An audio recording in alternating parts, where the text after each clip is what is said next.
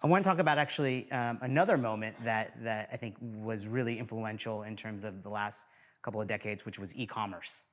You know, what it was like to buy something in 1996 or 7 to what it's like today. I don't know if there's some interesting insights that you have from the investments that you might have made or from your own experience seeing how e-commerce has evolved in the last 2 decades.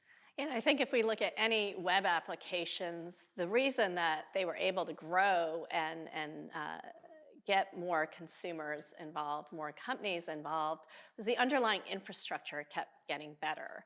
You mentioned how slow dial-up was, and I remember around the time of the Netscape IPO in 1995, a lot of the bankers around me who were 20 years older didn't think that the web was going to amount to anything because they said it's so much quicker to just pick up the phone and call somebody than try to send an email. It's slow, wait for a response. There wasn't this instantaneous communication because the networks were slow.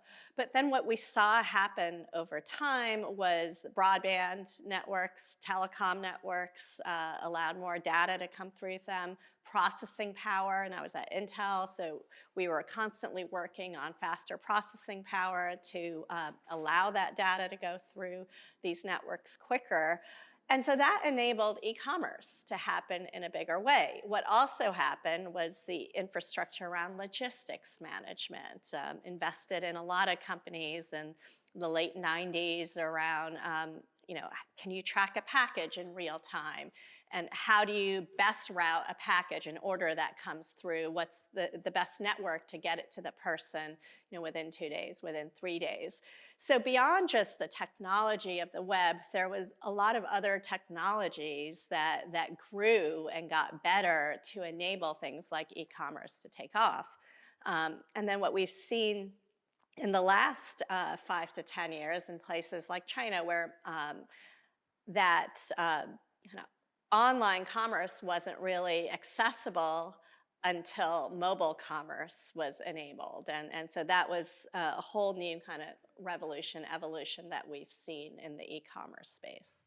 And again, I'm really curious to think about, because I think it's so much integrated into the work we do and into our life as well, e-commerce. We almost don't even think about it. We don't even think about it. We just think about it as commerce. I'm interested to think about as again from a leader's point of view, what's a lesson I can pull from that moment of seeing that transformation of the explosion of e-commerce. And it goes along with David Michel's point, where when something comes out, often people ignore it for a little while, and then it goes through this hype cycle.